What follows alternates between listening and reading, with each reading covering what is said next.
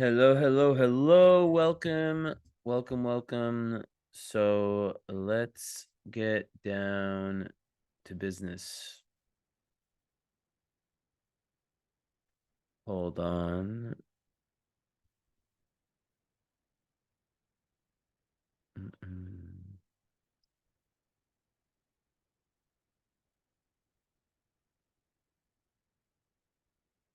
Where is my clock?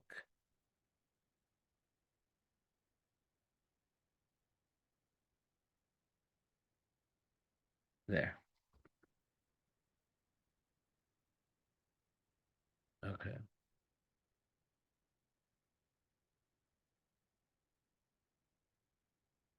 All right. I'm gonna get into a meditative trance. So I'm gonna just share this and we'll see what happens. I think you can hear me. Let me actually just test audio. I'm using a mic, so it's a little bit more annoying.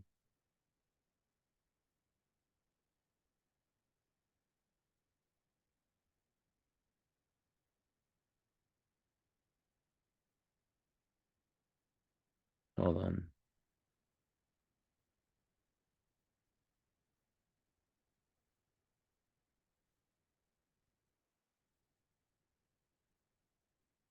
Okay.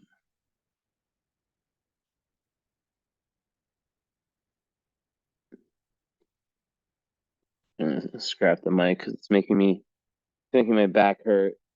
I need to figure out a better I need to get a stand for the mic so I can like lean back. Um actually, hold on. Thing is, like, the mic, it's like sometimes I like to walk around and stuff, be mobile, like use my headset. But let me test. So test.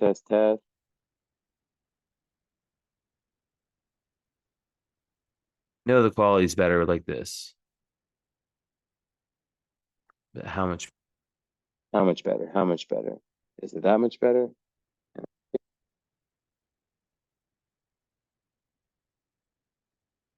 But like this, it is with the mic. Like this, it's the mic. If I lean back, can you even hear me?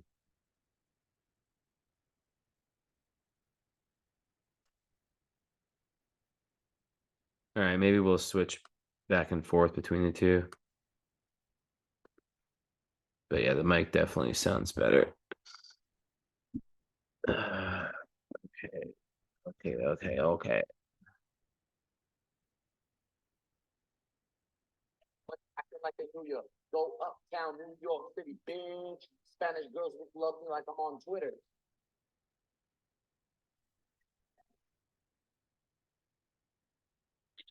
Let me talk to your manager. I'm gonna get signed.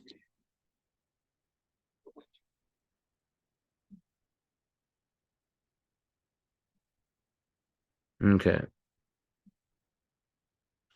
So, interesting chart here. Virgo moon, Scorpio rising, a lot going on. So yeah, you have one of those charts because you're 1 degree rising where it doesn't make such a big deal. The difference between whole sign and Placidus, different house systems, is not big. That's good. That's good. That means that whether you got a reading from me or an astrologer, I mix them together. But I'm a whole sign astrologer, but I will mix in Placidus and kind of give like a dual meaning of like this is like another way it can be interpreted. I just want to give like everything possible. I think that both work in their own way. So yeah. All right. Well, so first thing is you're an Aquarius sun, fourth house, Scorpio rising, moon, Virgo. That's an interesting combo. I think that definitely the signs, having your sons, that's the your identity, all that being very, very I don't really go into sun signs. I I take it that people know about their sun sign, but Aquarius, the rebel, you're here to be to individualize, to find yourself. And Virgo, it's 5 signs away, so it's when signs are 5 signs away, there's a difficult relationship between them. It's like uh two cousins that don't know each other at all, or I don't even know, just like two people that are just very different. Like there's like nothing in common, It doesn't necessarily mean that they'll clash, right?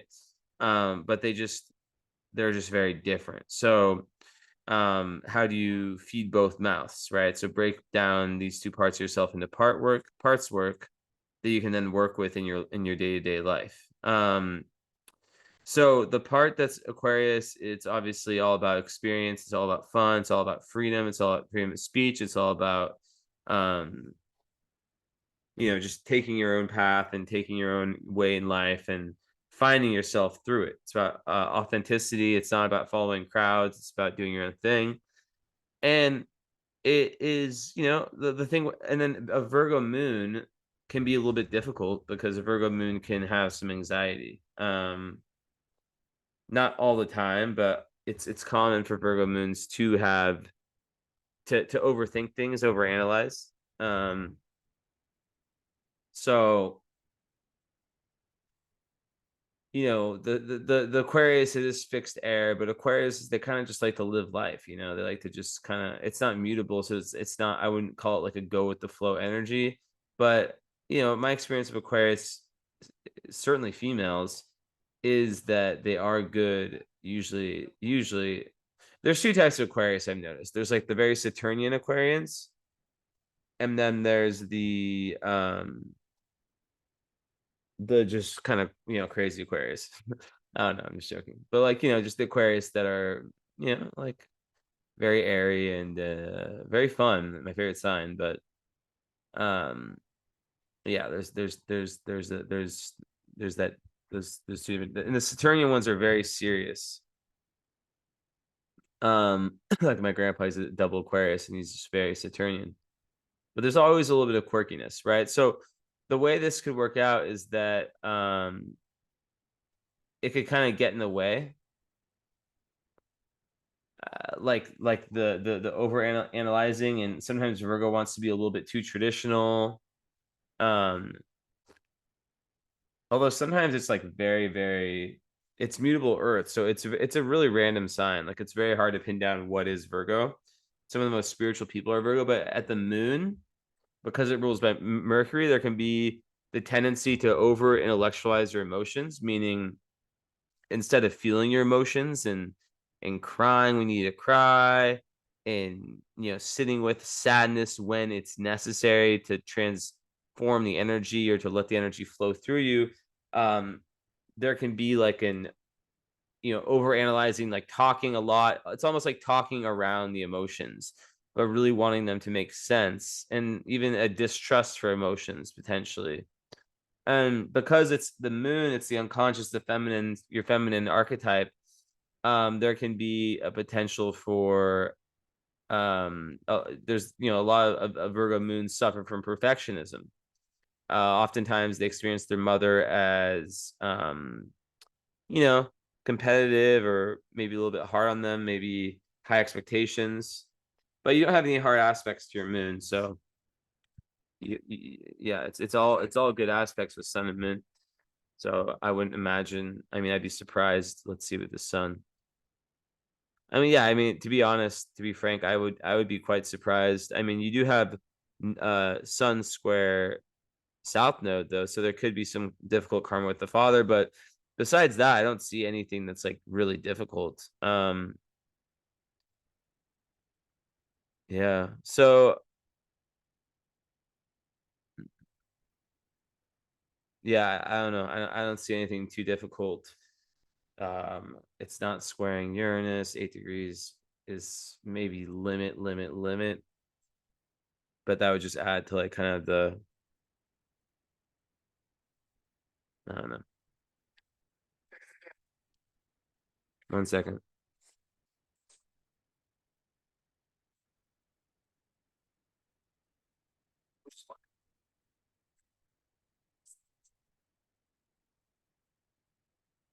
So if anybody thinks, oh my God, 33-year-old trying to press a 19-year-old, it's a fucking joke.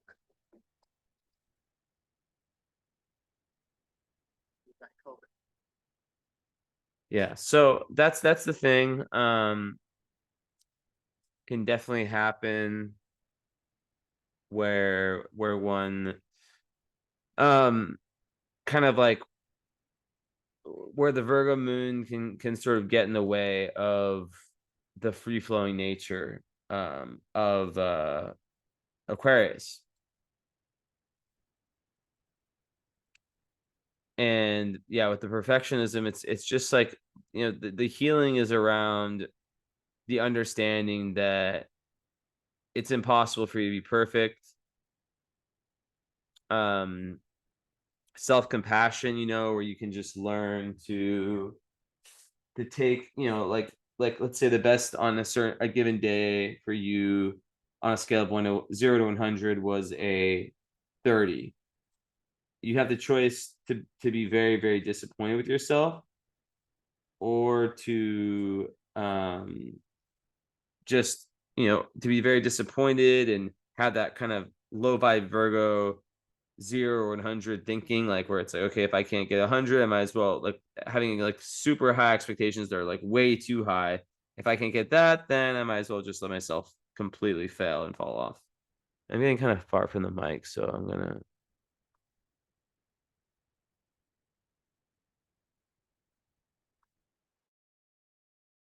Yeah, so you have that choice.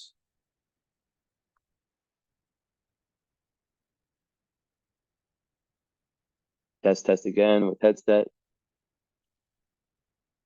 Yeah, so you have that choice, certainly. Every day and every moment, it's very important for the Virgo moon to have mindfulness and to track themselves. And you look at one thing actually. But yeah, to really, really track themselves in the sense of like understanding, okay, this is what's coming up. Um, this is what's coming up, or like I'm, like you can even like break it down into like voices. Or like you can name the different parts. Like, so if there's a part of you that comes up sometimes around shame, like, oh, like that's shame, that there you can give it a name if it reminds you of a person, right? If they're like you're, let's say, like, if like, for example, someone has a very critical grandma or mom, they might call, oh, that's my Kathy voice, that's my mom voice, something like that. It's just little things. And seeing these parts, because they don't define you. But it's really, really important to have self-compassion and to be able to take losses, um, with a lot of, with grace, right? To understand that, it is what it is.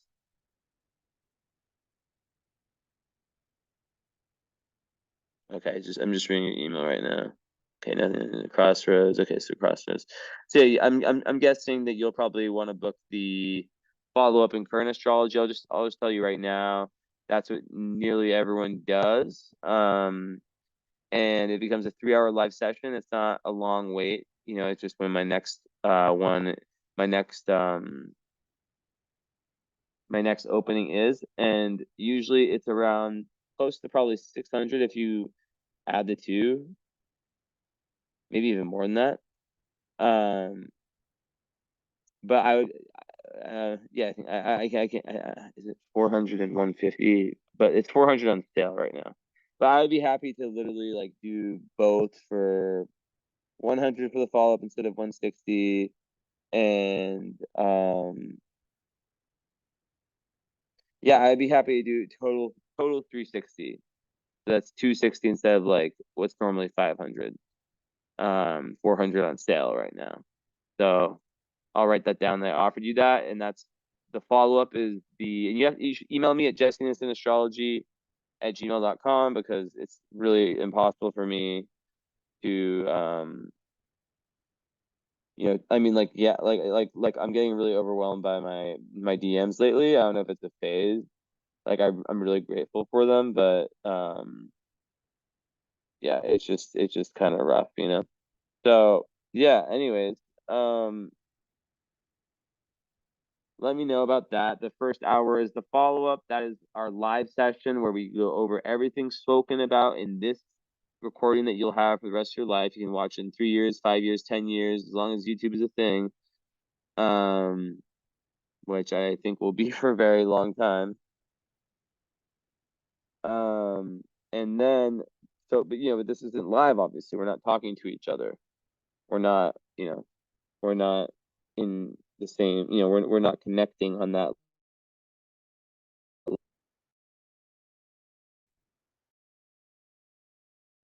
level in space and time. There's still the synchronicities and all that, but yeah, it's just a different thing. I know you understand. So, and hold on, I'm just doing something. I'm just trying to set something up. One sec.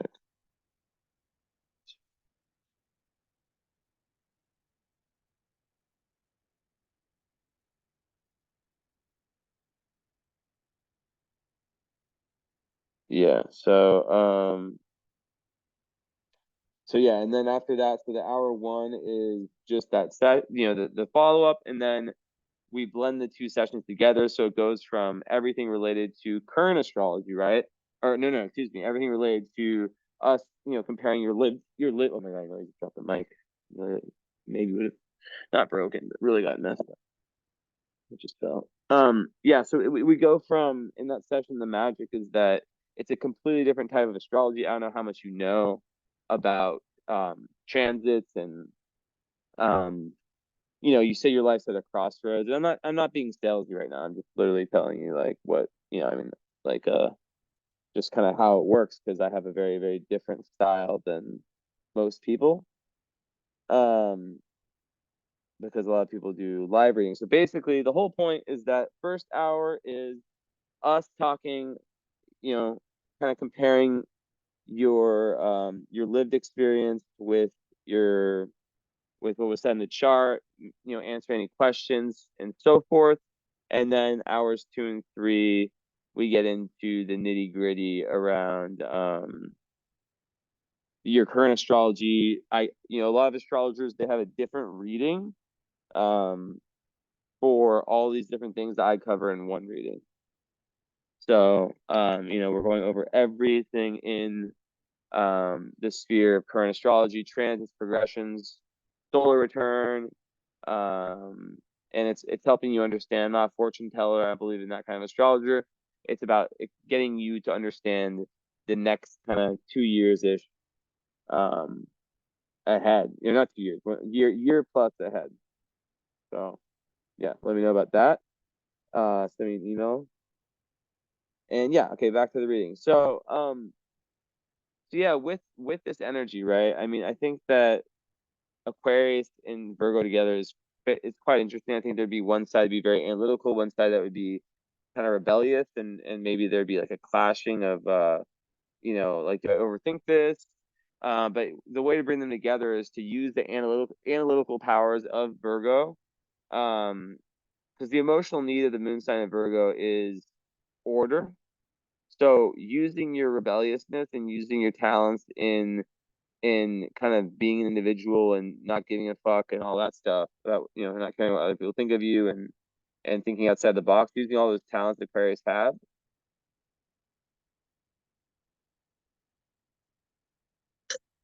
And your Mercury's in Aquarius too, so and it's not combust, which is cool. So you're able to think outside the box. It's conjunct the Mercury and Sun, but it's not combust.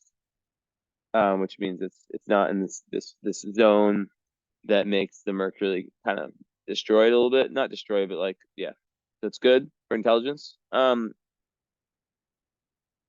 But yeah, so just thinking outside the box, being someone who's humanitarian, all that stuff comes easy, but it's still very, very important for you to find grounding.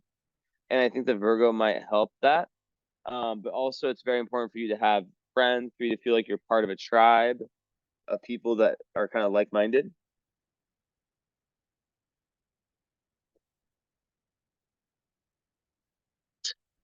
And yeah, so that's that.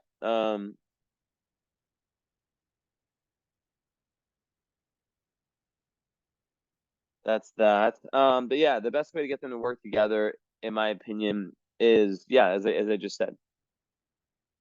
Um, not go yeah, like thinking outside the box, being that rebel, being that person, and understanding that your North Node journey is Taurus. So your South Node in square Sun, it means that your ego, like a big part of your life purpose in your last lifetime, was pushed away in some way.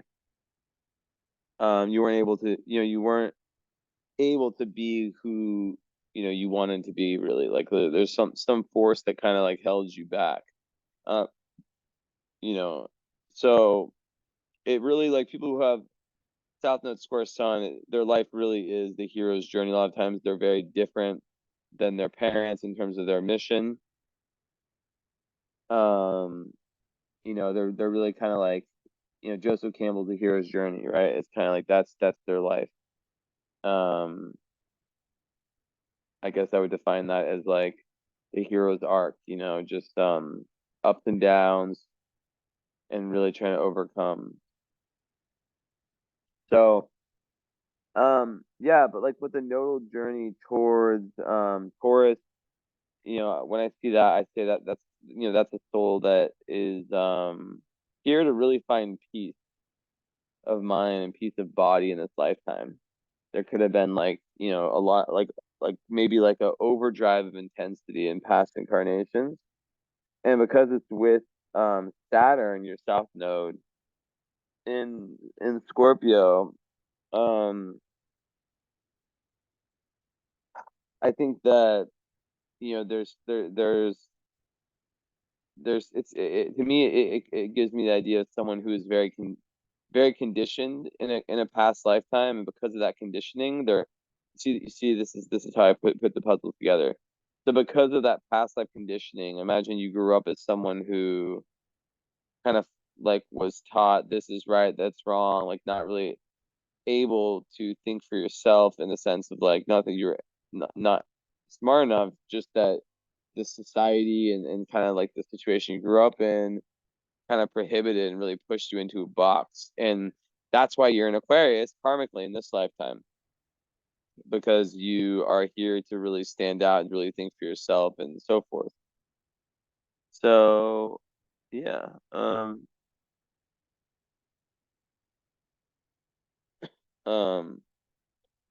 very important stuff. And yeah, you're here to really like kind of like, yeah, just relax, like not like your whole life is about relaxation, but there's just like energetically, it's important for Taurus North nodes to like be in nature, to enjoy the finer things in life, and so forth. And it's in the seventh house too, so it has to do with this kind of battle between, like, with your relationships, like really needing to find peace and harmony in relationships and learning to compromise, because you know there's a tendency to, and you could have been a very very powerful person. Scorpio Saturn could be, it kind of makes me think of like someone who's like, um yeah, very very like powerful, but because of their mission in that past life, like a politician or something like that, who knows, a ruler, who knows, um they cared more about like that external power and consolidating that than the smaller things, the finer things in life, the little things that add up and make life amazing, or that really bring joy, true joy. So um yeah, and then seventh house North Node people are, they're meant to find right human relations in this lifetime. So it's not about, hmm, yeah, it's really about like learning, like, okay, so your Venus is in, it's conjunct your Mars and Aries, right? So you're that, you know, and your moon in Virgo, so romantically you're going to be attracted to someone who is a Virgo moon, you know, someone who can really create like a solid foundation for you, or I guess you guys can create a solid foundation with each other. Um, who you can rely on for the little things in life, you know, like the little things that might like seem OCD to some, like are important to you, like having the house in order. Although some Virgo moons, it's funny, like and just Virgo in general, different placements of Virgo, like they'll be very good at noticing, like they're very observant. And that's one thing with Virgo moon that's difficult is that you observe everything. So um sometimes it can make someone very self-critical, and it can make someone their own worst enemy. So they really have to learn to flow in life, or else they can get stuck in this like kind of like non-flow state, right? Where they're just kind of, yeah, like projecting their criticism onto other people, like, oh, that little tiny thing that like that other person didn't even notice that they were doing, like stop doing that, or like you're so, you know, and then just, yeah, it can just be unpleasant. But that's not every, you know, I know some very chill Virgos. um but yeah, the Venus, Mars in Aries is a super firepower. I mean, like you would be very good in sports or anything athletic. Mars in Aries creates that athlete. I don't mean like professionalness, but like, you know, someone who's very competitive, and not just, you know, in all walks of life. They are a go-getter, and they just make things happen. You know, they when something comes up, they go towards it. Um, and it is, yeah. So they're sextiling your Mercury, and having Venus and Mars together, it gives a good blend of the feminine masculine, which you know you didn't get from your sun, your moon. Well, actually, I mean, you know, the Virgo moon is feminine and the Aquarius sun is masculine. So I guess on that level, yeah. But yeah, mm,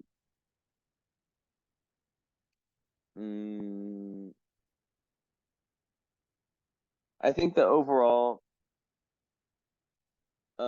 sixth house Venus, you know, so Venus with Mars in Aries, it usually it's crazy if I showed you statistics if I had them of the amount of my clients with Venus in Aries. Like I need to like research Venus in Aries more and more, because there's something about it. Like so many astrology, like girls who are into astrology have Venus in Aries. And when you think about Venus in Aries, Aries is the most fiery sign.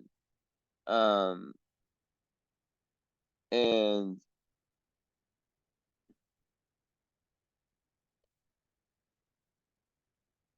so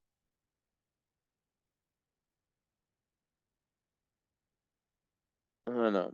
It's like it a lot of times it does create a go-getter in love, like someone who's, you know, like they love their, like in life they love their independence. They love kind of, and maybe it creates women who, you know, with the Aquarius are just really not afraid to be themselves. And maybe like there's like a kind of Virgo moon can kind of be a wild card here, but a level of self-confidence. You know, like some people are afraid, for example, to like get into astrology because of what other people will think of them. Um, you know, they don't want to be labeled. But you know, the Aries energy is very fearless, and so is Aquarius. If anything, Aquarius is down to be that person. They would rather be different,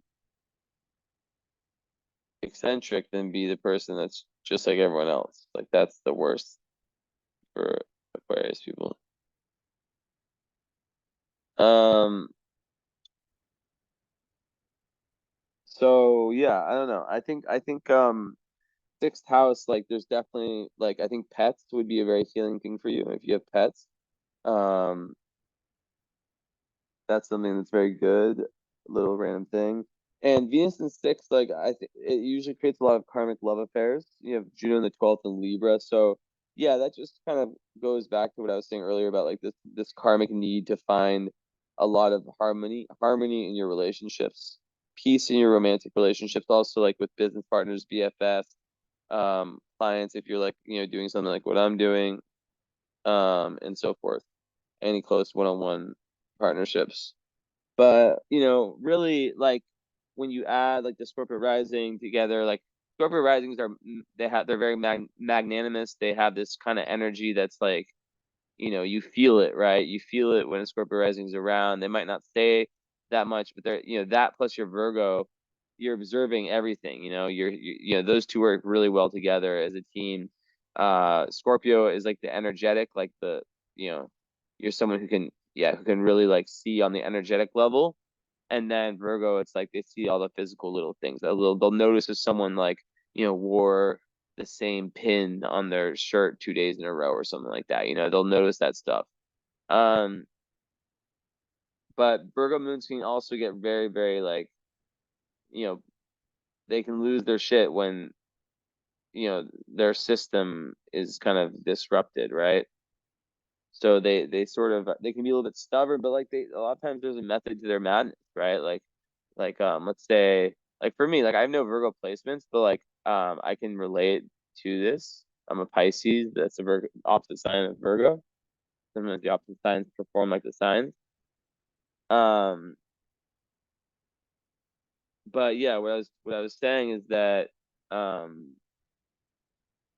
like before I go to bed every night, I need my main kind of, I guess, living room to look a certain way, Like I need to refill my hot water maker. I need to refill my water filter. I need to make sure there's no kind of garbage on like the coffee table. Like it needs to look a certain way.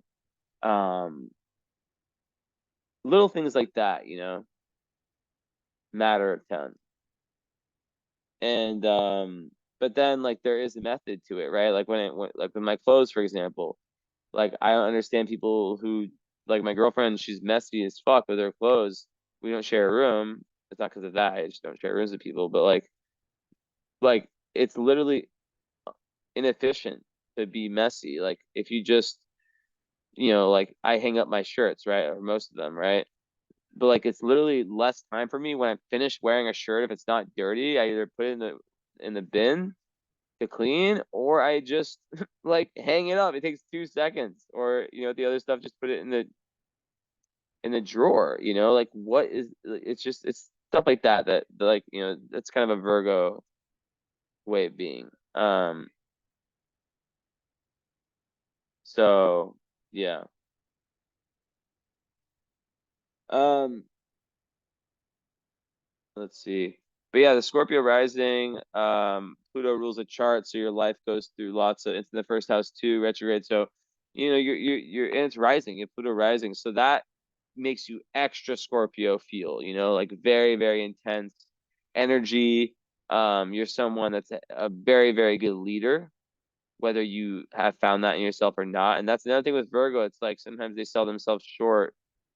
Um, so it's really about self-belief, and knowing that you are that person. Um, that is you. You do have that skill. Um, you just have to believe it. But yeah, Pluto rising is someone who's going to go through lots of death, rebirth, and transformations throughout their life on like the more external level.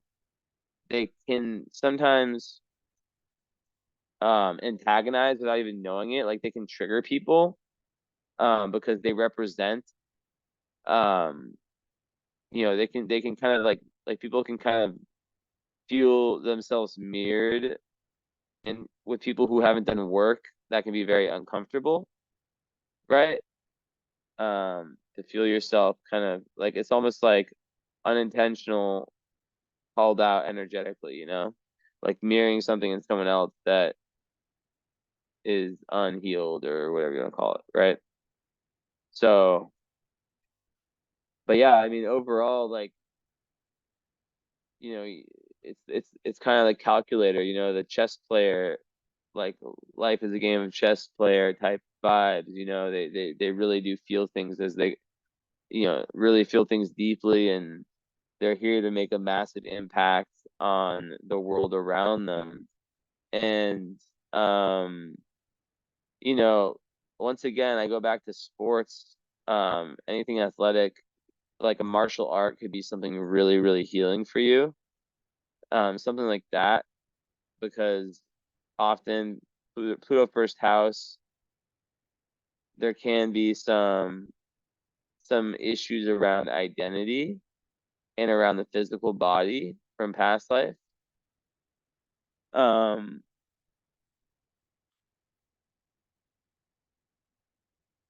hold on just a moment.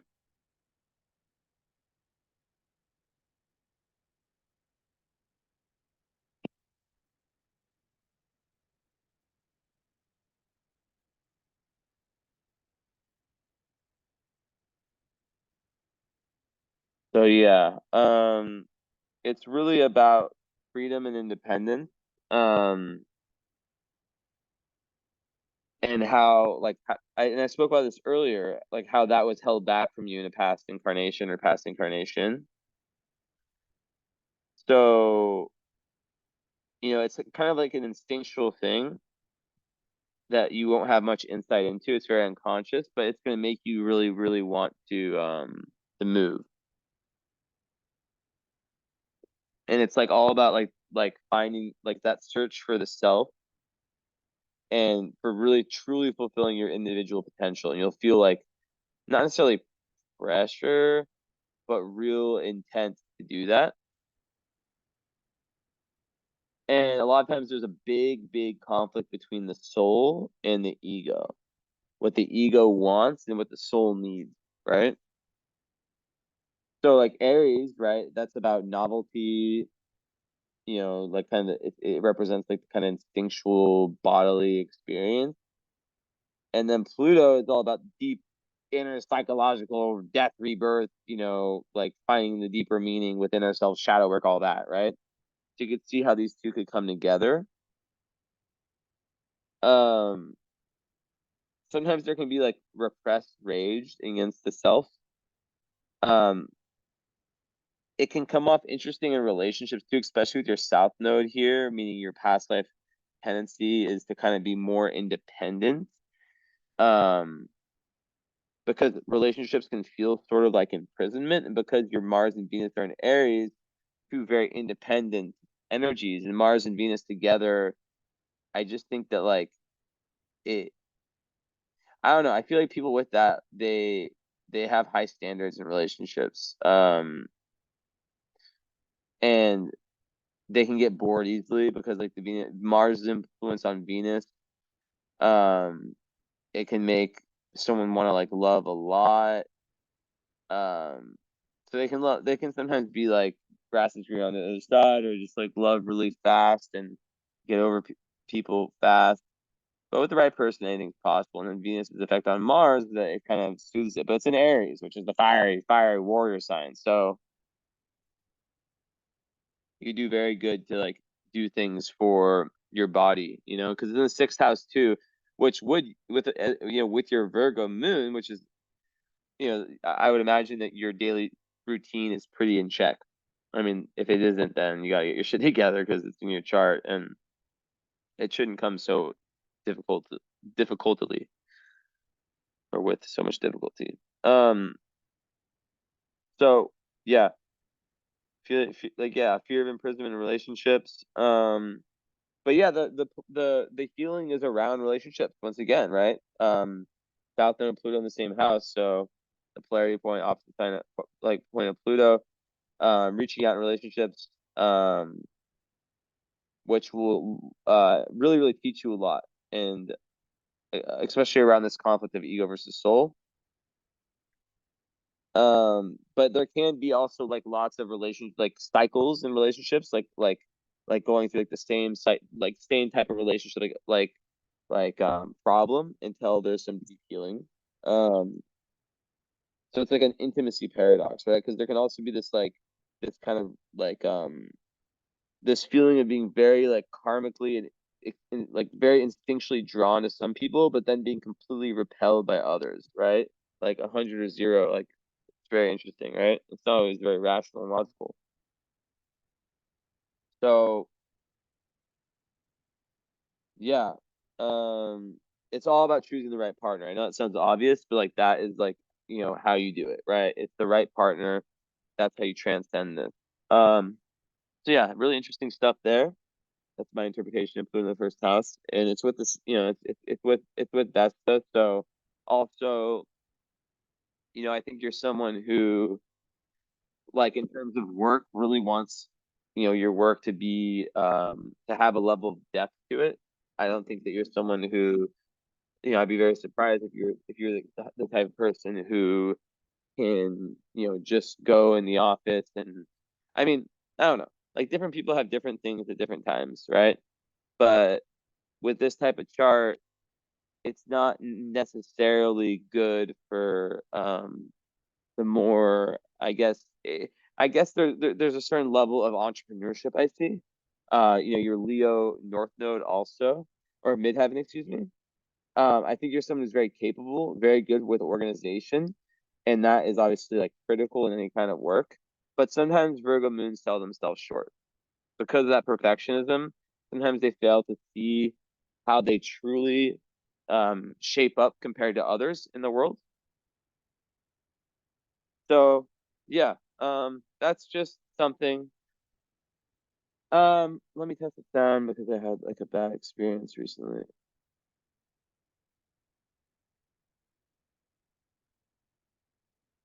Test, test, test.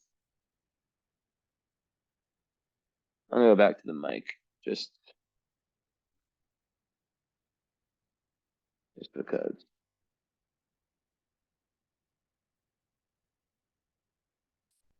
Okay, check, check, check. I can leave it kind of far. Is this? Oh, here. You hear me now? It's a little too far. Yeah, that is good. Perfect. Okay. Um, no, we can just do video, whatever. I usually like to just go in at the end. We'll go do a little video. Um, so yeah, like basically that intimacy paradox is interesting because like with the Aries and Venus and or the Venus and Mars and Aries, there's definitely a part of you that is you know it's really about like the importance of having not losing your individuality and the essence of Samantha within relationships. Venus and Mars conjunction, I have that too, by the way, just so you know, and mine's in Aquarius, yours in Aries. It definitely creates a lot of passion and kind of aliveness, charm. It makes someone who really wants to share their adventures, with their lovers and loved ones in general. But yeah, really, really high expectations. That's what I've noticed as a commonality. And sometimes there can be like a big disappointment. Although because you're a Virgo moon, that typically, well, it's interesting. It can go one of two ways. Virgo moons, I've experienced them as being very realistic and very like, okay, this is the way it is, it's the way it is. What can you do? Or like more like their opposite sign Pisces, where they're overly idealistic. So it's important in life to find a good balance between like as between those two, regardless of whether you have them in your chart or not, because you need to be a little bit idealistic to dream and to have ambitions, but you also can't be like overly idealistic to where your dreams are just stupid and are going to get you in trouble, and waste your time and put you in bad positions with bad people that take advantage of you, stuff like that, for example. So yeah. Um,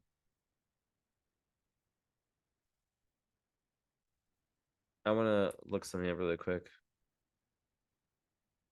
Oh yeah, I wanted to like look at. I mean, I know all this stuff. I just like I just want to like see open up like a random article that's like really in depth about Venus and Aries, because there's got to be something that someone can say.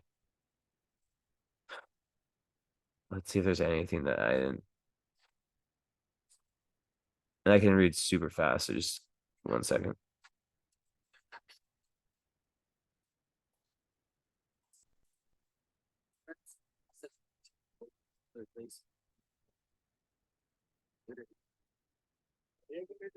Yeah, so there's like a huge like love for excitement, adventure. It can be quite seductive, especially when a woman is like kind of assertive. I feel like men find that very sexy.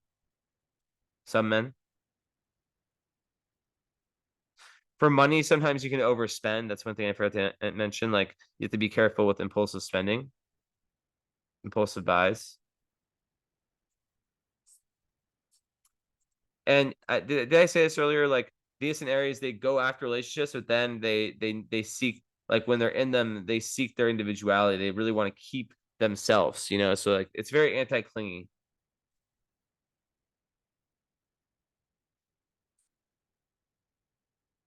And even this woman, like they will go after like the partners that they want. Like they'll walk up to them. A lot of times they're the confident ones. So please verify this with me if we do the follow up, because I need to learn more about the Venus and Aries.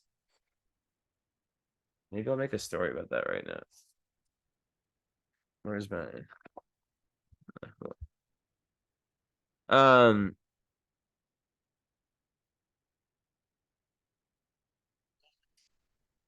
yeah, very they can be very flirty.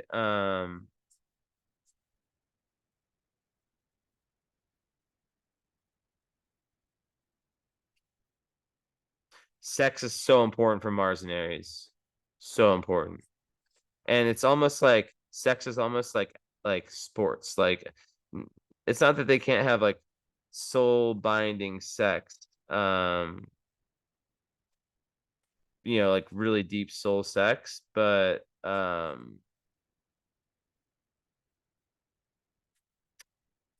you know, like they're like, not to get too graphic, but they're the kinds of people often who can have sex multiple times in a day.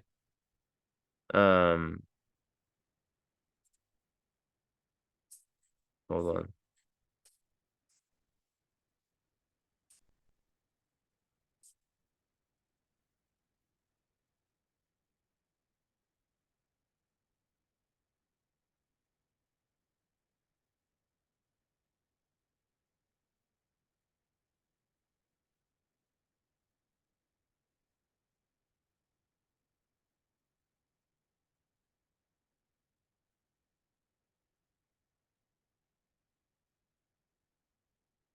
Yeah.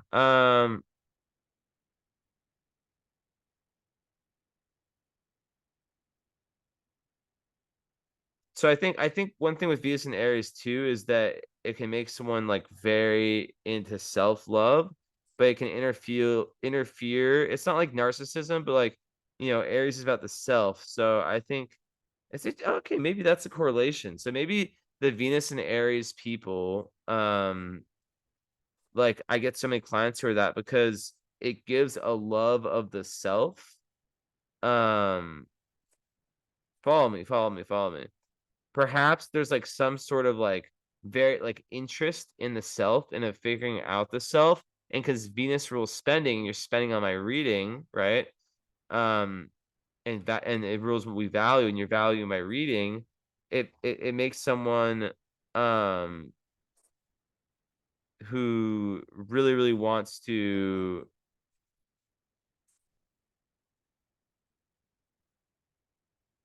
learn, to invest in learning about themselves, Aries, right? But sometimes they can be a little bit, inconsiderate about the feelings of others. And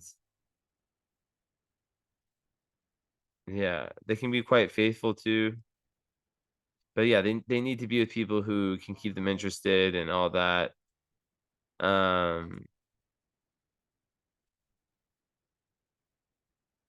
yeah, there's like a seductive energy, and with the whole, conjunct Mars.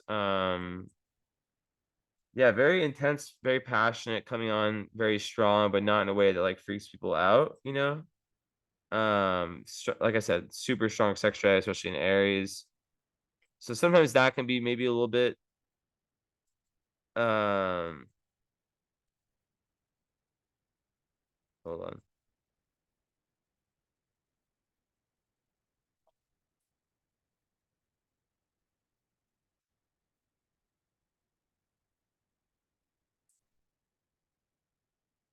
Hold on.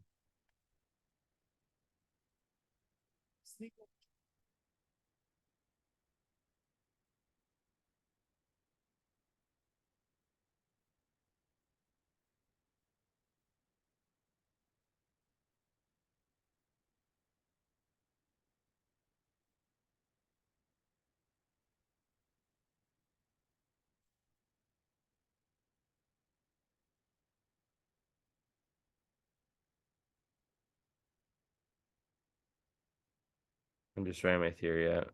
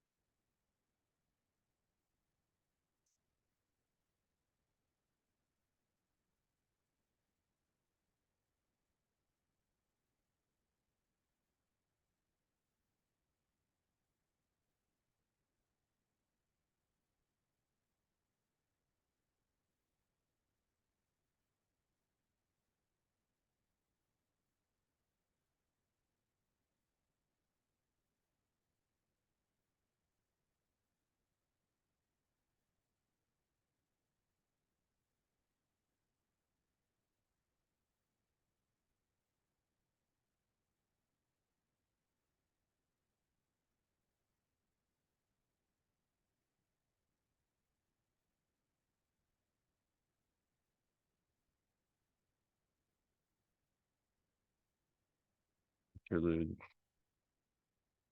I just wanted to make a story before I forget, but like any other theories?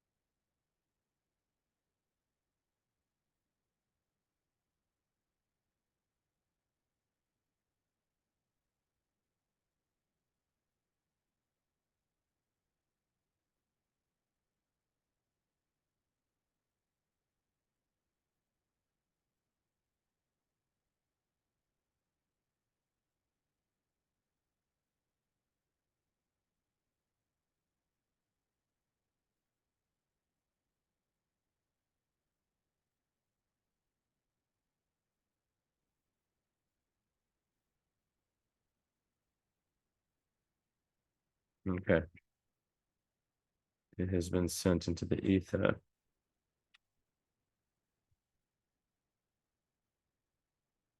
Okay, cool. Let me charge this too. So yeah, so yeah, Venus Mars people, like we can have really we can like fall really really fast for someone, especially in Aries. It's like boom boom boom, but then like yeah, like we can really really get bit in the ass because we might like start relationships too fast and not take the time, especially in Aries, like more than me in Aquarius, right? Not take the time to kind of vet and see, okay, would this really work? Like telling someone you love them too fast, stuff like that, like oh my god, like you're everything, you're like, I'm gonna marry. The amount of time, like I've literally, it doesn't happen to me. It's funny because with my girlfriend, like I never say like I'm gonna marry you. It never like comes up, like it's not something. But that's realistically like the only girl, besides like one other girlfriend a long time ago. I was way too young that I would actually potentially marry that I've ever been with. But I've been with, like, I had a fair share of girlfriends, but I've had other girls where it lasted like a tiny bit of time where it's like I said that, like, and I regret, and I feel so much, not so much, but quite a bit of shame that I told not them, but like, like I remember texting my brother, my mom about a girl that I ended up only like being with for like a month, and I broke up with her. So it's just like weird. It's weird, but it's very, very good for career and goal directed energy. Really intense too, like strong worth ethic, like very, very passionate, like someone who can self start and boom, they go.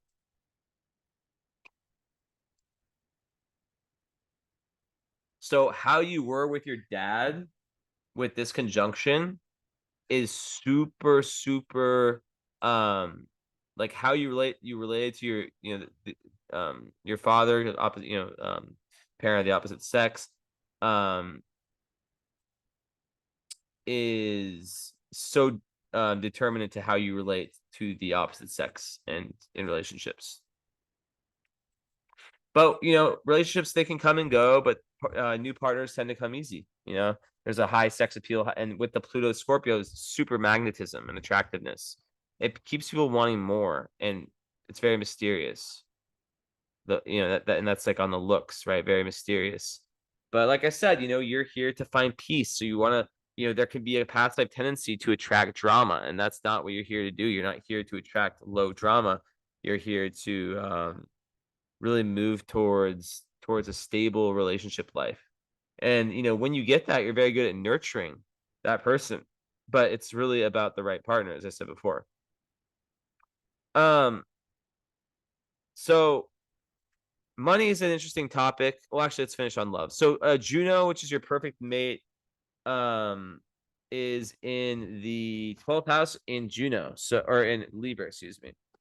So that to me is like kind of like lots of karma, and like with your Venus in the 6th house, June the 12th, like there's lots of fate in your love life. You'll have some relationships where they're only meant to be, let's say, for like a short amount of time, where you're meant to balance some karma, like maybe you were married to this person in a past life or you dated them seriously. Um, and the power, like the tilts weren't even. One person screwed the other person over, or it ended badly, and it's meant to bring peace, right? So it's very important to have that kind of like positive, like good energy in relationships. But yeah, Juno and Libra just speaks to what I've been saying, like the need for a partner that can bring harmony and lots of balance and stability and fairness to your relationships and to your life. Um, hmm. Yeah, Vesta rising creates a very hard worker, someone who wants to go deep, deep, deep beneath the surface with Pluto there too. Someone who wants to really, really take things, like when you get into something, you can go full on, right? But like then having yeah. And then with Mercury in Aquarius, as I said before, you're an outside the box thinker. Very, very original ideas, very unique in your thoughts, very able to um be inventive and kind of rebel against traditional ideas and stuff like that, right? And it's on your IC, so with Jupiter, that usually speaks of a nice childhood, maybe a childhood where that played like a massive role in your life and you know in kind of your development, so that then reinforces the need for you, like you might be someone that works from home, or just like family, like creating your own family can be really, really important for you in this life, just family in general. But Jupiter down there on the IC is like during the darkest of times you can find positivity, right? You can like find, even when things are really messed up, you're able to find positivity.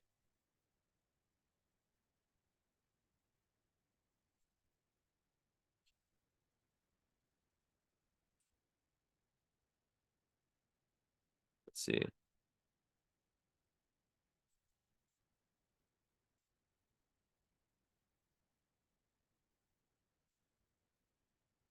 Let's see. Okay, so hold on.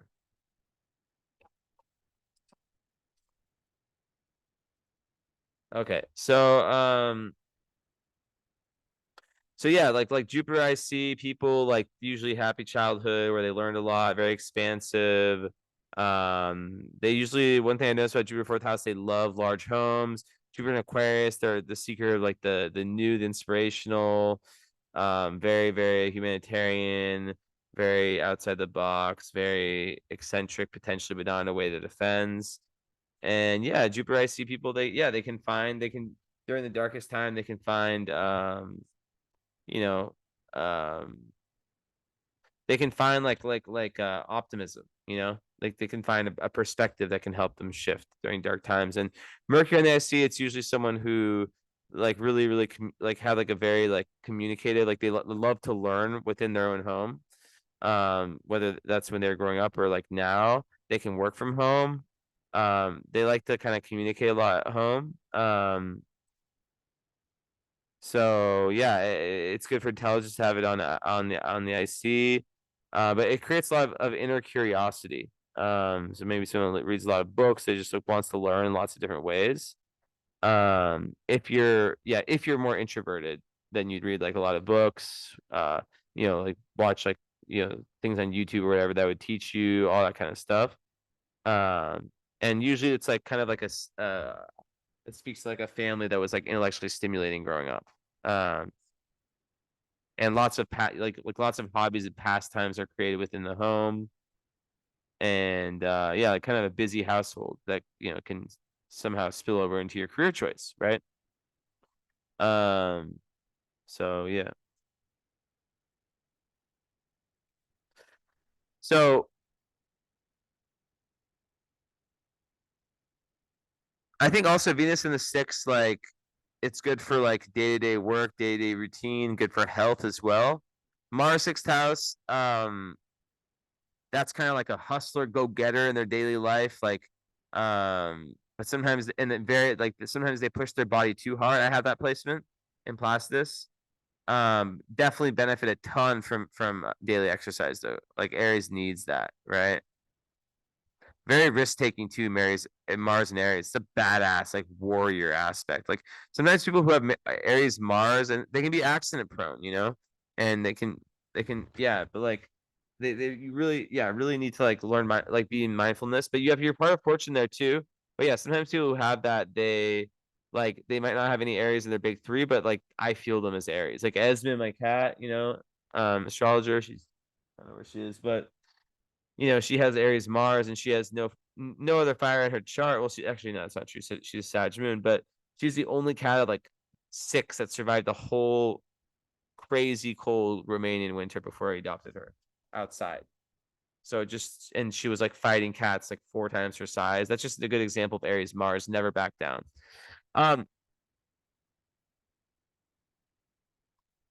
Yeah, so like then the 11th house moon, like I said, there's an emotional need to have like-minded people around you. I kind of went into that.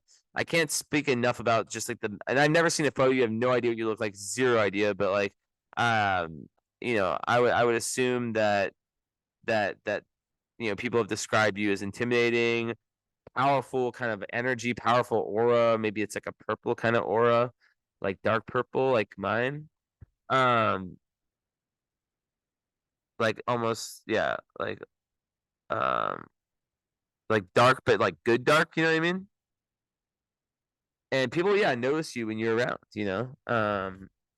And sometimes the more quiet you are, the more powerful you become, and the more that you just observe, like people, like it can, make you very, very authoritative in a way.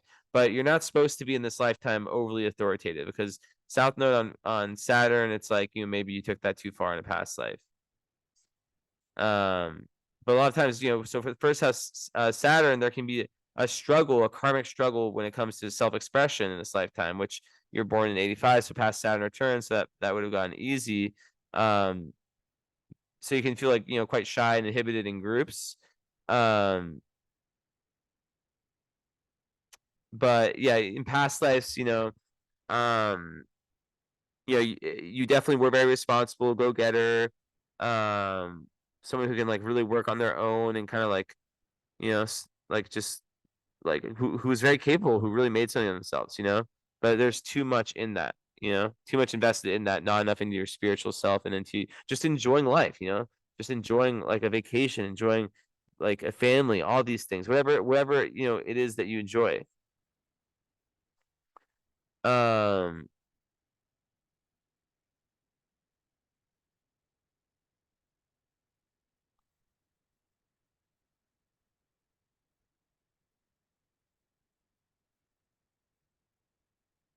so yeah, you're really here to work on like self-expression.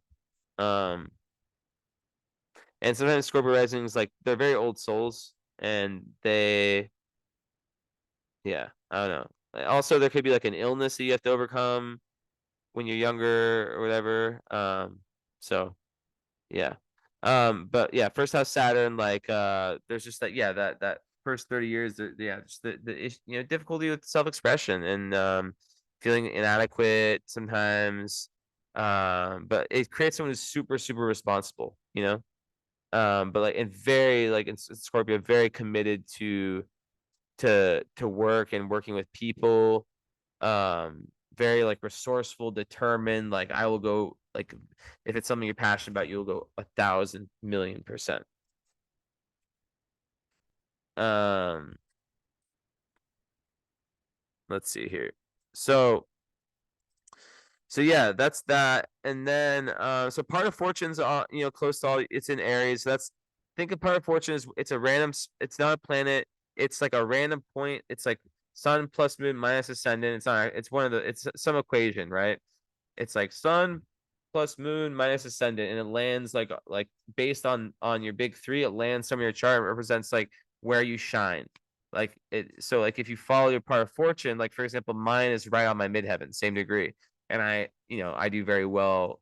I mean, I'm not huge or anything, but I would say like I do very well um with the public. I love being on social media. I love like I feel more comfortable speaking on IG live, even if or like a video, like even if there's a million viewers, like I would love that. I feel more like as comfortable like there as I do in real life. It's so easy for me, right? So for you, it's in Aries, right? Um, and it's in the sixth house. So it could be related to health, daily routine, workouts, service to others. Um, it also it's with Venus, so it gives you like lots of good karmic luck with lovers. Relationships, like I said, they need to have uh conversations around like, okay, this is what I need. What do you need? How do we come together and make it work? And if it's not the right person, it's not the right person, not forcing things. So yeah, and then in Aries, it's just kind of saying that you're at your best when you're you're feeling your most fulfilled when you're using your willpower to achieve your goals, and when you're organized, when your life is organized. And yeah, that's really good. Then Black Moon Lilith is also, so that's like not a planet either, but that's like your lowest vibration. That's you at your worst. And in sixth house, it can make someone who's a little bit like, too nitpicky, I guess you could say. Um,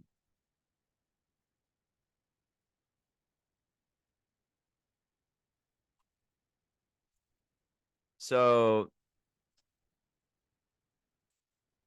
sometimes I would say in the sixth house, it could be like either like potentially working too hard and maybe like something with like your daily like work routine being a little bit off. But in Aries, I think that is maybe like being overly assertive at times, like coming on like not noticing how strong. Like yeah, the Virgo moon will be very over analytical, but like Virgo Mars, like the low vibe is like it's just like being childish and kind of bullying potentially, and just like coming on really really fiery and not noticing because that's just how you naturally are, how you come on. Um. So yeah.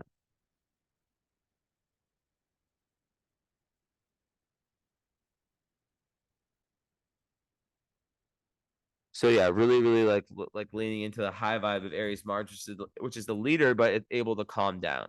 North Node in Taurus, your destiny is linked to being able to calm down and be in the present. There's no sign better than Taurus at being in the present, right? Not in the future, not in the past, in the present. Um, so I was gonna say something. Where to go? Where to go? Where to go? Where to go? Where to go? Where to go? Oh yeah. So you have one of the most psychic aspects in astrology, Moon trine Neptune. That just gives like amazing intuition.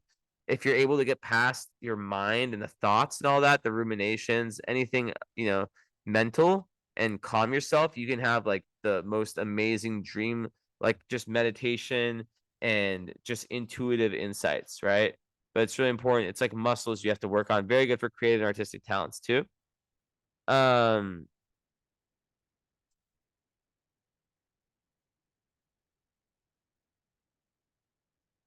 and then Sun sextile Uranus is great too because that gives someone the ability to really express their unique individuality in a way that's like non-offensive and doesn't piss people off. Some people like go so far to be rebellious, but for you, it's a good thing. Then you have okay, Mercury square Pluto. So we got some big aspects here. I didn't even like think about these.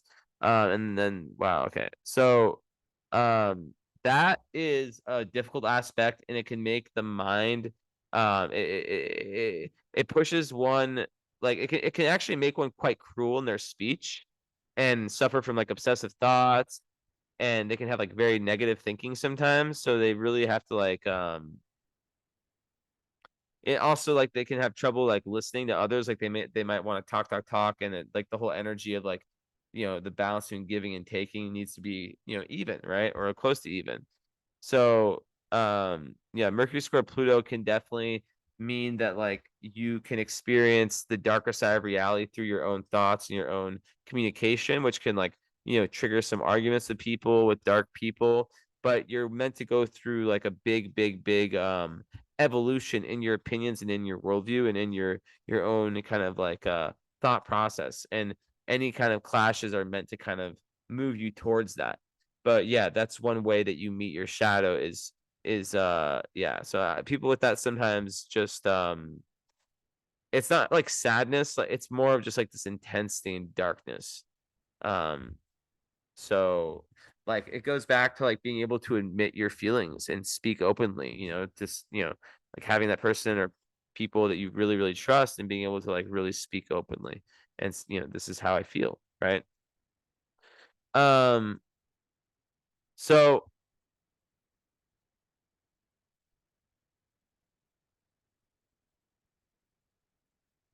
yeah. And then, okay, so last thing about the love stuff. So you have Venus square Neptune and square, where's my tune? Nicotine, not tobacco. So you have Venus square Mars or Neptune square Mars and Venus. So this is super important. Basically, it's crazy, right? This is so okay, we talked all about your love stuff, right? Venus square Neptune is kind of like the Disney, like it can make people way overly idealistic when it comes to relationships and have rose-colored glasses and take on like energy vampires and stuff like that. So it's really important for them to be realistic in their assessment and to take time with relationships because they can be easily fooled. Not yeah. So just yeah, very unrealistic. And I already said that you can come on really, really strong. So imagine you come on really, really strong and become disillusioned by the wrong person, make a commitment. Um, so it does come down to like self-respect, and realistic expectations of others. Like if it's too good to be true, it probably is type stuff. But like, yeah. I've seen that with lots of people where there is a struggle, with over idealism, like, oh my God, he's the one, or she's the one, and then like a few weeks pass and boom. Usually I feel like relationships that feel like more normal, like not normal, but like how like you feel with your like family, and you might be married, so I might be, it's just saying this, but like I mean that's kind of what I've heard from people, and I agree that like when it feels too, I don't know, foreign, like real solid relationships, I feel like there's not like I don't know. I just feel like it feels kind of like family in a sense, like you're not gonna post an Instagram photo with your freaking sibling. I mean, some people do. Some siblings are really close like that, but like you get what I'm saying. So, anyways, Mars square Neptune. This you should never be using substances. And also Aries placements, sometimes they smoke the ganja to undo the fire. That's the lazy, I mean, it's not bad. I'm not bashing. I'm just saying Mars square Neptune, it's super good for creative powers. But there is a need specifically with that placement to avoid drugs, alcohol, anything that's escapist. But it does make someone who's on a mission to save the world and to be very empathetic and this, that, and the third. So yeah.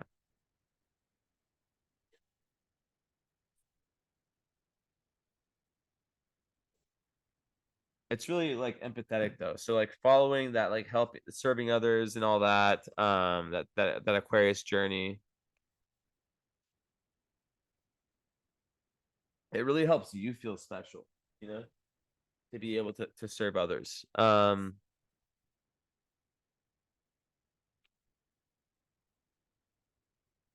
But it all comes down to like your expectations. And the Virgo moon, the expectations can be so fucking high. And then if you like still do great, but don't get at that level, what happens, right? So it's just about accepting, like, doing your best and accepting where you get. But yeah, like anything like video games, drugs, sex, like all these types of addictions can be very, very appeasing for these types of placements. But really it's a very sacred mission that you have in this lifetime, and you have to just like really tap into it, because you have a lot of magic, and Mars square Neptune on its own, or like integrated, is someone who can be a magician, someone who has the power, with Venus also like very, very artistic, like I said, very, very creative. um so they need to find healthy creative outlets or physical outlets, right? And that's another thing about sports with you, is that they will give you the clarity, because Neptune can be foggy. Okay, those are all the main aspects. Well, Mars also trines Saturn, which is amazing for organization. And then Venus and Mars trine Chiron. Also, Mars Saturn is so good for self-discipline. It comes very easy. That is a superpower. Trines, sometimes we don't notice like how special they are that we have them, right? Uh, um, yeah, it just makes someone like really, really good worker. It's very important as Virgo moon not to sell yourself short. Like, if you deserve a raise, if like find, like, really discover your value, know your value. But like midheaven in Leo, Sun rules your chart. Um, I don't know, I could totally see you being your own boss in some way. Um, really want, but also just really wanting to like have like a career where you can, where it feels fun and playful, where also where you can have a level of power, right? I would, in North Node in Taurus, like I'm not gonna act like money isn't important, right? But when we talk about money, Uranus in the second house is very interesting. Very interesting, because it basically makes money go up and down. It can create a minimalist, right? There can be like sudden changes in income, like money here one moment, gone the next. Um, so, but also can make someone super creative in terms of like money making schemes. But yeah, it can create minimalists in that sense. Um, if they, if the individual, but like really, really what's important is aligning yourself with high spiritual values, right? That's really what's important. Um, so it's not like living in poverty or anything like that. It's just usually a very unusual approach to money and stuff like that. And like you're really looking at it through like, how does it limit my freedom, right?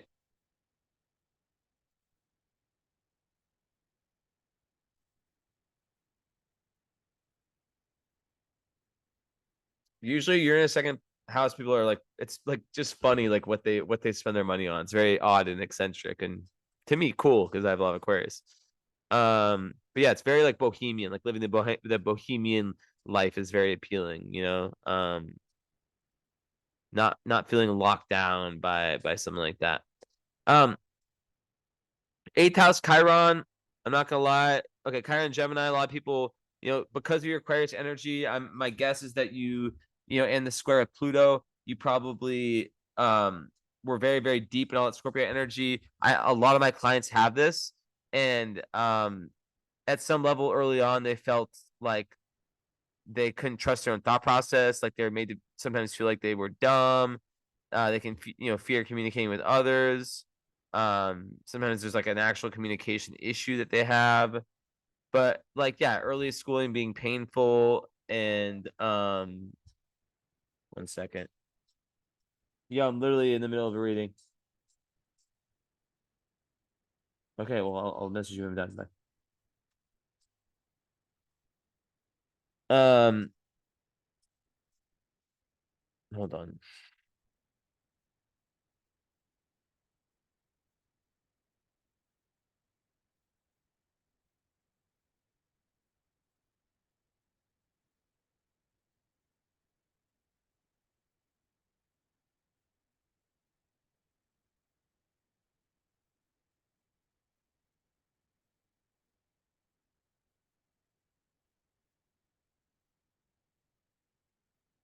It's about the cats that we're saving.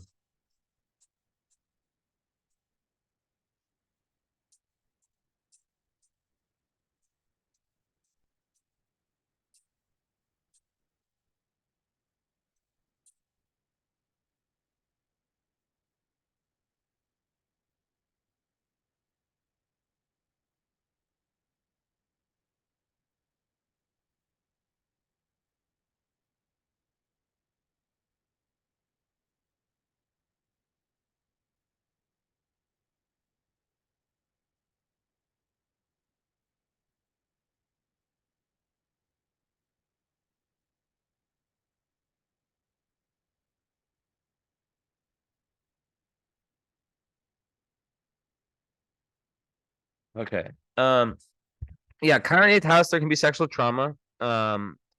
Also like, and that can look at that, or like feeling like inadequate sexually.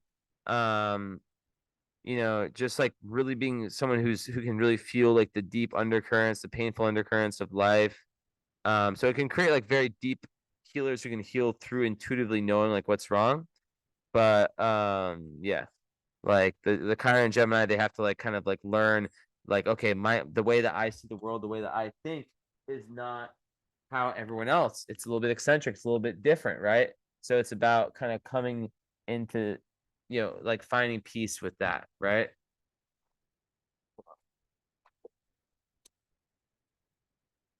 Yeah. And yeah, like Chiron eighth house, yeah, lots of healers have that. It's with the vertex, so there's lots of fate around your healing.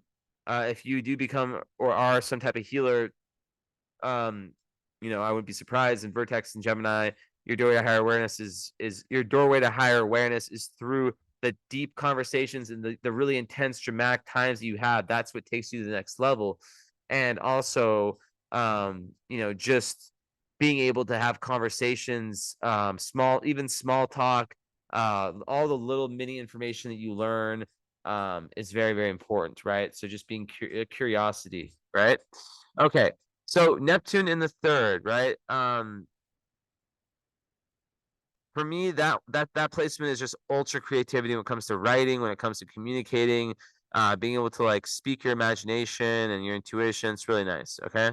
Um, and I think people with that, when they unlock it, they're able to, through whatever kind of creative spiritual pursuit they might have, they're able to, yeah, like really, really like go get through it in a very deep way. But like at the same time, there can be a scattered mind and lots of mental confusion, which in its squares, the Mars and Venus. So it's like that goes to that need, right? For like the daily exercise, and really like a big part of the chart is like not just daily exercise, it's like your daily life has its areas, so it's like very lots of vigor towards that. But I have it like the mental, spiritual, physical, the diet, like all these things are very, very important. Okay. So 0 degree Jupiter, you're really like it's really a new chapter around philosophy and higher learning in this lifetime. and a lot of the lens you'll learn from is the lens of humanitarianism and the lens of the collective and learning. It's very good for popularity too. Very good for like meeting new friends, like-minded people that feel like family.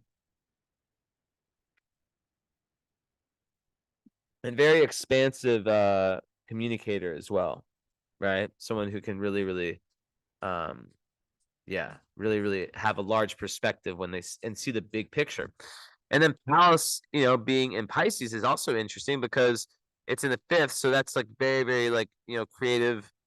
Someone who can use their intuition and really be good when it comes to kind of life as a game of chess, like planning. Um and yeah, like I think like very artistically talented and someone who can, yeah, really like good for their creativity and any kind of creative work. And also, if you have kids, they'll be very intelligent. And yeah, someone who can also heal people through their words. Um, it's another very artistic one, and I think it's just like a very open third eye. So yeah, and then Sirius in Pluto or in Taurus, that is just like, you love one of the ways you love to feel nurtured is by touch and like the very practical. That's also with your Virgo moon, they trine each other. So it's like really liking the small things, like your love language. Part of it might be like the actions, like what you're willing to do and what someone else is willing to do, right? The actions, right? So okay. Let's open this up.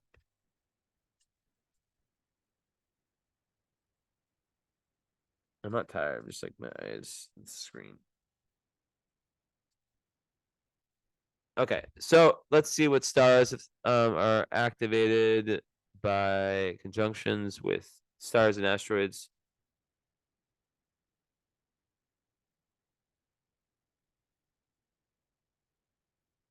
Oh, did I open the wrong one?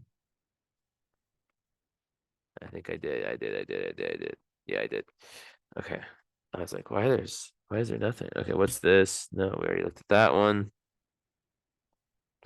Yeah, Vesta rising in Scorpio, like just a hard worker, just someone, and then yeah, just very insightful person, right? With Pluto there. That really, yeah, you probably project so much intensity. And that's a very good leadership placement.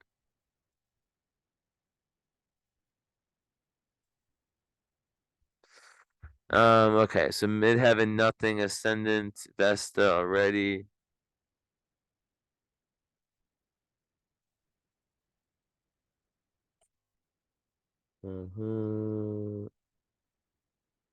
Interesting. What's that? So your sun moon midpoint, like the midpoint of your sun, your moon is on your Saturn. So that kind of speaks to just like hard work and responsibility, but like also like, but not overdoing it, like kind of just like find like just purpose, like real divine purpose is being like kind of the key, right? So having your specific purpose, but then also like knowing the steps it takes to get there.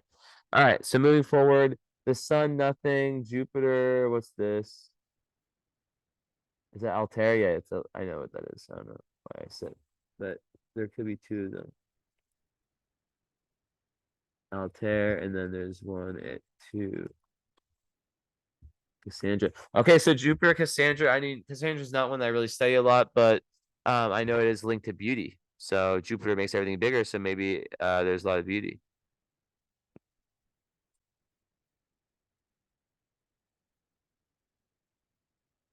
I think Zosma.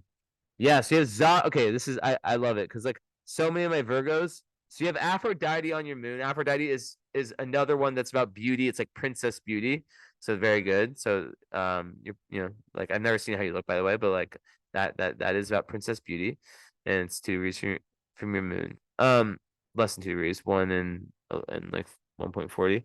But then you also have Zosma. So Zosma is one of the 3 Babylonian like stars in ancient Babylonian astrology, the oldest kind of astrology. that's like about like astrology, metaphysics. So it makes total sense. So many of my Virgo moon, Virgo sun clients, they have the nebula or Zosma conjunct like, their Virgo planet. It makes you want to go really beneath the surface. So that makes complete sense.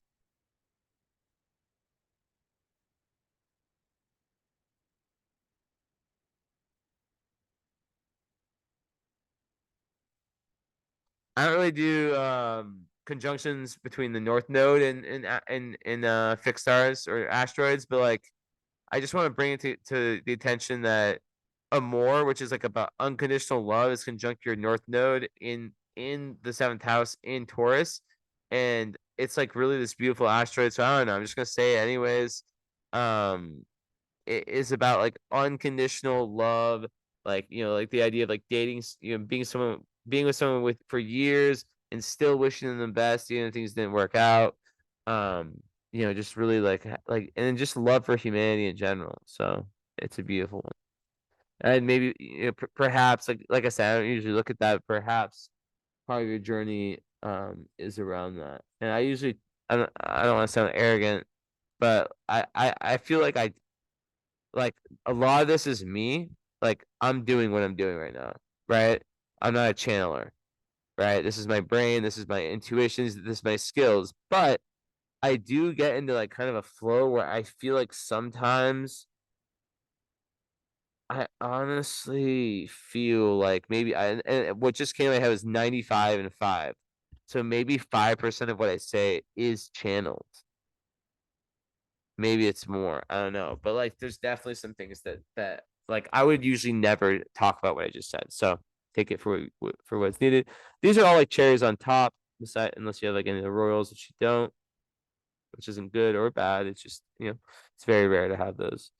Um okay, so Altair is that the last one.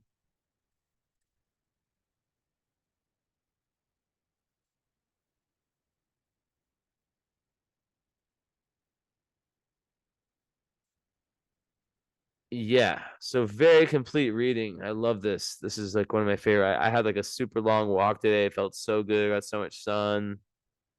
I'm pulling an all-nighter. It's 6 a.m. right now. I would be asleep probably like I'd probably go to sleep like, you know, like right after this. But the cats, these two little baby kittens that we're saving are arriving, as I said, in the bus, and I hope my girlfriend doesn't stress me out today, but and I need to take my computer in to get fixed. Like you don't hear it, but it's making this really like the fan is all fucked up. So I need to drop that off, find a vet for the cats, the two babies, make sure that they're good because we have our three cats. We don't even know if we're gonna keep them yet. So I have a big day ahead with no sleep, but I am a savage. Savage. Okay, let's see what Jupiter and Altair equals. Let me like look it up. Altair is very leadership oriented. So okay, let's see. Yeah, I can't find anything.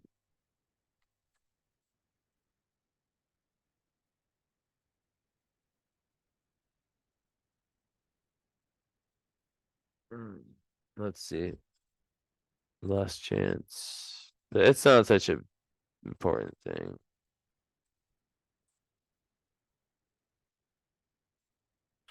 Yeah, it's not showing up. But anyway, super, super complete reading. Very, very happy with everything. I think you got one of the better reading. I mean, all my readings are good in their own way, but I just felt so clear-minded today, and I love doing this. This chart was super interesting. I love breaking this down. So yeah, you'll have this for the rest of your life. Let me just go through this really quick.